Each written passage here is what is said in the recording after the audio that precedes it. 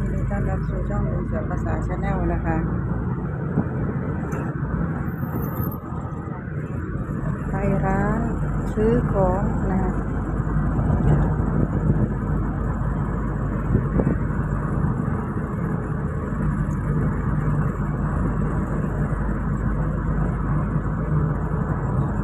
รับไปก็กรอบจากมือจ้ะมันซื้อด้วยกันมา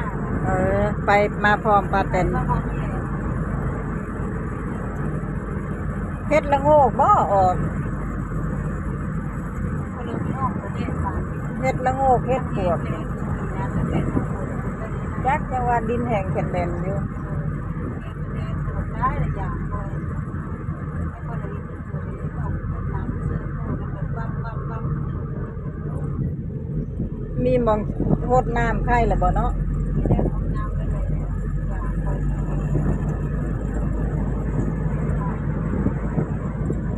มีน้ำโซลาร์เซลล์คือเขาไข่อยู่เด้ ที่ได้แล้วที่ตะปูจะผ่า เศร้าซ้ แล้วดู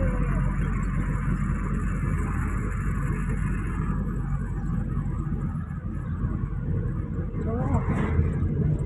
ก็ลึกเถอะ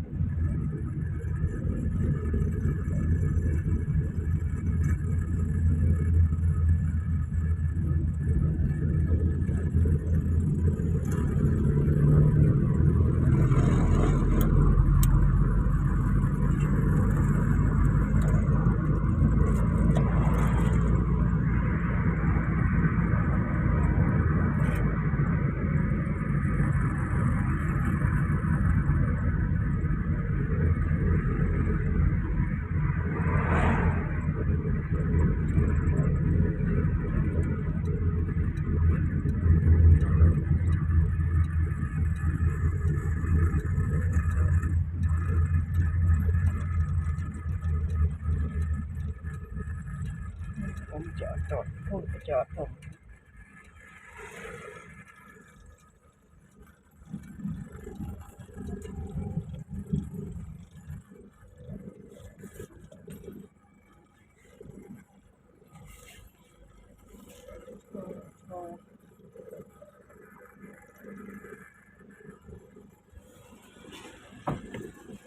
โอ้ยลมพัดวีแนวนี้ก็แล้วเลย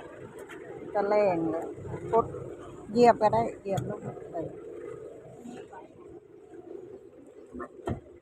มาสั่งของนะคะลุงเสือพามานะคะ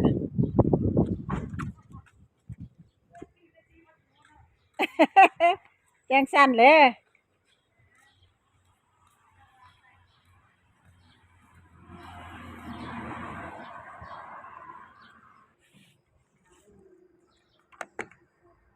โอ้ยฮอนตายคนมาตกเลยบาดนี้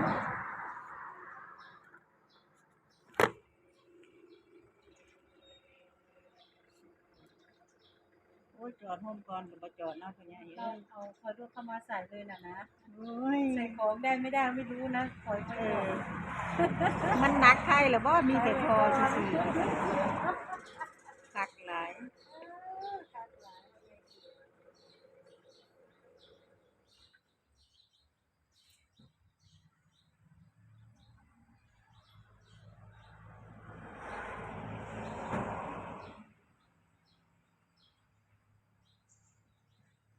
จอดไว้ห้มก่อนกับบ่อเนาะ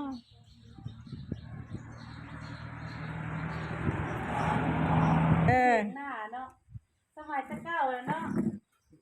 ลมพัดพี่แล้วพาเด็กไปโน่นจะเถียงหน้าแล้วโอ้ยรับข้าวไป ว่าเทียงนาใครหรือว่าไปเลี้ยงควายนอนอยู่น้ำห่มไม้เห็นเลย เลี้ยงควายแล้วลมพัดไปนี่รับควายไปจักสิเลิศตื่นมาน อนน้ำขี้ดินขี้ดอนหมดเลย ควายไปกินก้าขับเบิด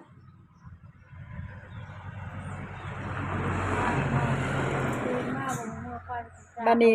เศร้าเลี้ยงผัดปล่อยเนาะตะกี้ปล่อยได้เดิ ปล่อยได้ แต่ซุ่มข่อยเลี้ยงตอนเที่ยงตอนบ่ายยังไปรัดหาบัดนี้ซุมื้อนี่บ่ได้แล้วจากมันสิไป ไป ใส่ มันไม่ได้สูตรปล่อยลงพุงเล แม่ ย น ย่าจะเข้าไปกินก้าเขาชาวคนเมืองแล้วว่าไปกินก้าเขาเบิดแล้ว เป็นโทษแล้วแบบนี้ข้าจะนอนเว้น ล่มมาลีมื้อนี้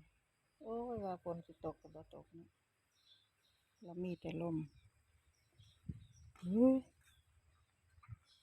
เพิ่นเช็คของแล้วเพิ่นจัดให้มื้อนี้คือมิดจีรีแต่คนงานไปทางใดเบิดแล้ว คนงานจะ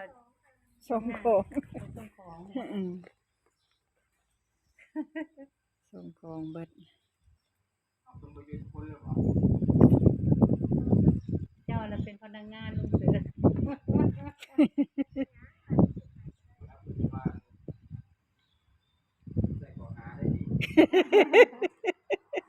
่าจะได้ ไปหาเก็บเอาติ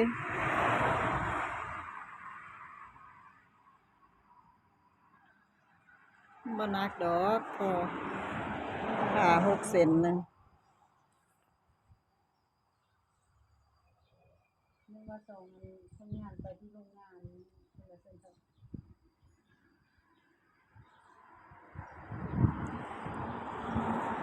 โอ้ค่าอยู่แดดก็มีลมมันก็ค่าอยู่บ่ร้อนปานใดอีหยังล่ะย่าอุ้ยลมดีอะลี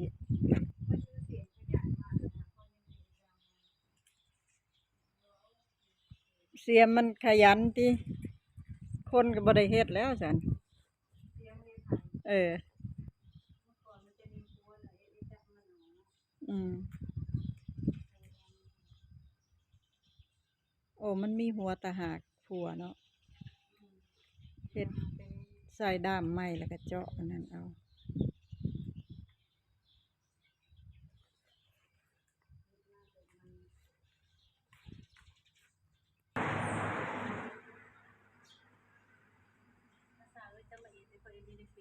เฮ็ดหยัง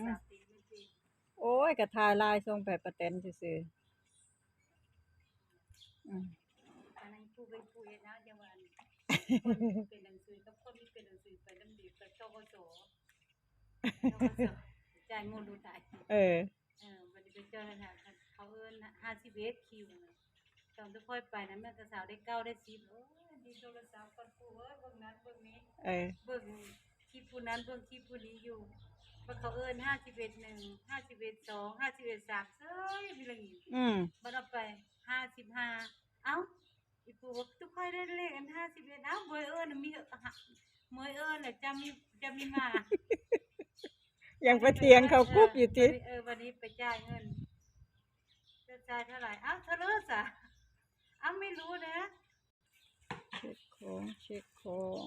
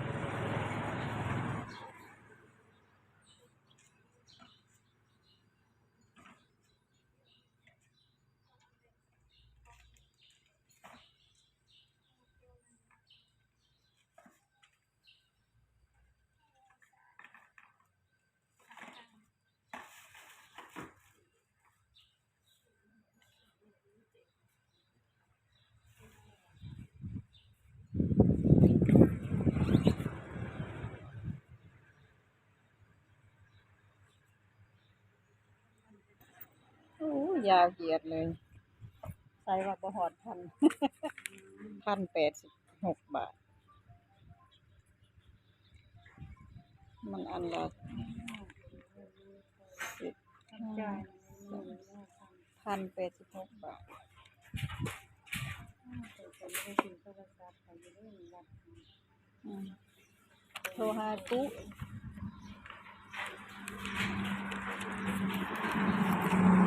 เตรียมพร้อมขึ้นรถนะคะคือมาซื้อท่อประปานะคะ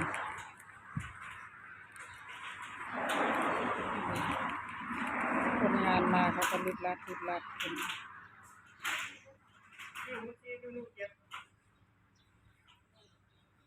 ปู่เขาประแตนโอน ท่อเป็นรถด้วยนั่นเองถ้าจะเอาแต่ท่อละไปอัดลาได้กลับมาอีก ย่า เอามาน้ำเด้อถึงเด้อ เดี๋ยวเบิ่งอะไร โอ้มาลมดีแท้บาทเธอนี่ลมดีคัก 1,070 บาทเลยเนาะ 86ใช่เลยนี่บินอยู่นี่ลาสิโอนคนลมคนพออยู่ โอ้ย จ้า พ่อนี่เพิ่นเอาไปใส่หยังเนาะอันนี้ จากมันถ้ามันเกิดจากน้ำมันแล้วใส่บินไปให้เจ้าก็จะ ของงอของงอนิ้ว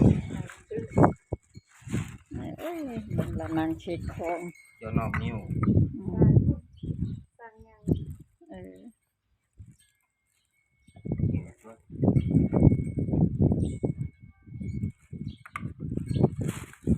1 นิ้ว คิดเก๋ได้สั่งยังเอ้ย อืม ตัวรวดนิ้วสองตัวหนึงเด้ครับ เจ้าเขียนอยู่บ่จ้ะ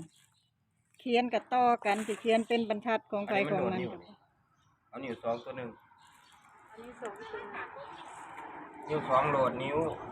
อันนี้นิ้วสองอันนี้มันนิ้วโหลดซีอันนิ้วโหลดซีอันนี้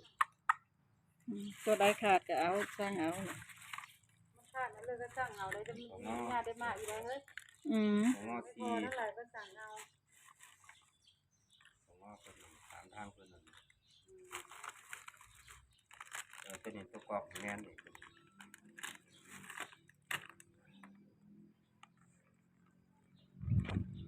นิ้วโหลดซี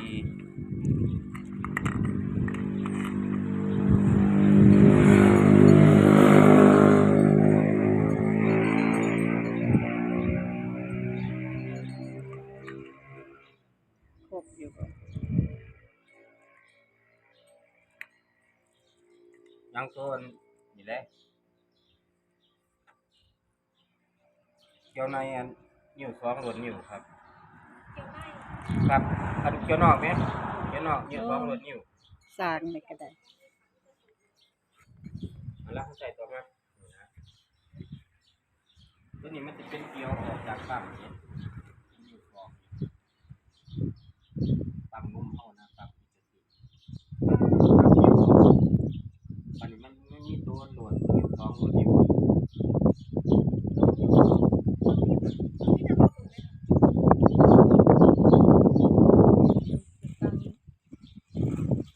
ไม่ได้ใช้หรอก มันก็เอาไปหยังตัวนั้นมันเขียนน่ะสายระยะบิน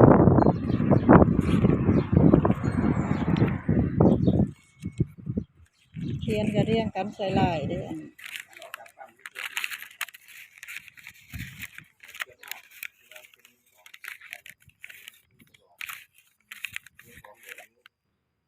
มันหลายเนาะจากอีหยังต่ออีหยัง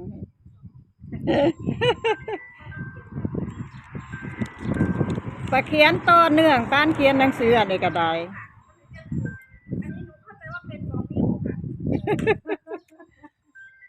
เอาครบบ่บาทนี้ เพิ่มอีกจักบาท สิได้บ่เบิ่งมาปักซะ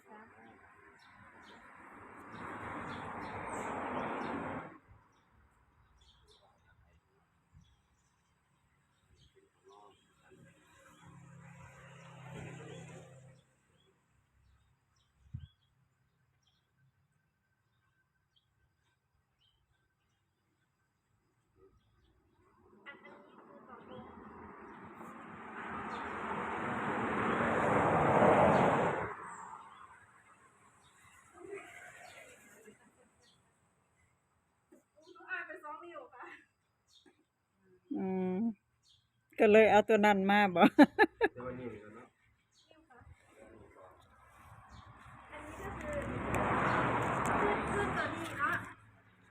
แต่ว่าก็มีหรอกตัวนี้ก็เอาตัวนี้แล้วครับของผมไม่รู้ได้ผมก็จะตัวนี้กันตัวนี้ตัวนี้ ตัวนี้คือไม่ได้ใช้ ครับ ตัวนี้คือคืน นั่นคือ แมน เอ25 บาท ตัวนี้ ตัวนี้เอามา ตัว ต่อ นี้กับตัวนี้โอเคค่ะ ตัวนี้35เพิ่มอีก10 บาทลูกก็เอาน้ำค่ะ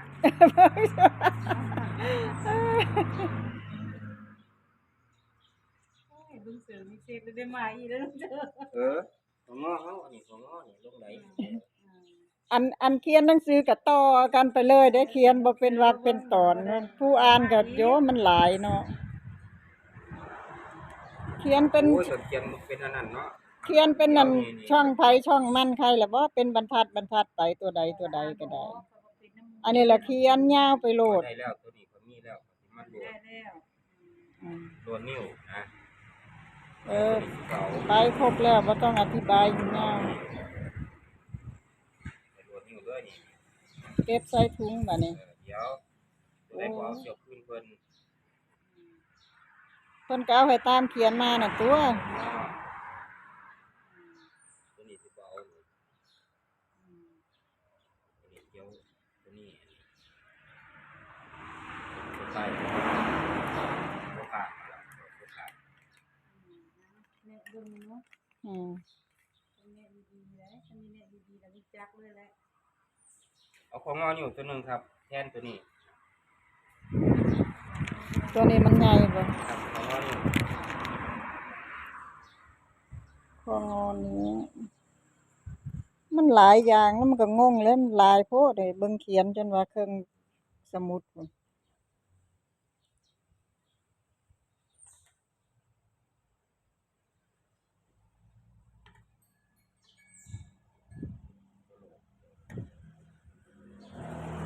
อืม เช็คบ่ได้บัดนี้เช็คเด้อ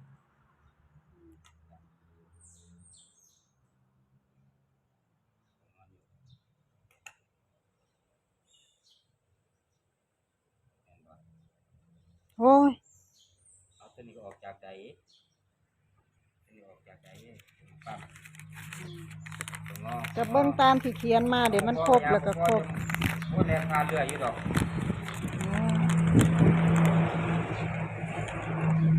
เบิ่งในที่เขียนมามันครบแล้วก็ครบเลย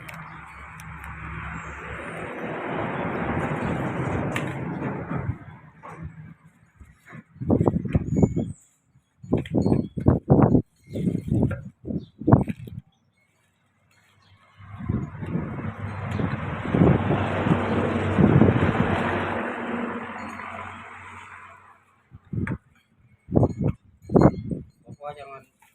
อยู่ใส่ไม้ดอกเอาแค่นี้นะ พอดีมันจะ เพิ่นอันนั้นแล้ว เนาะ เอาไปให้เพิ่นเฮ็ดหยังอีกบาดนี้ เอาไว้เพิ่นเช็ค เสร็จแล้วจนจ่ายเงินแล้ว เอาแล้วเนาะ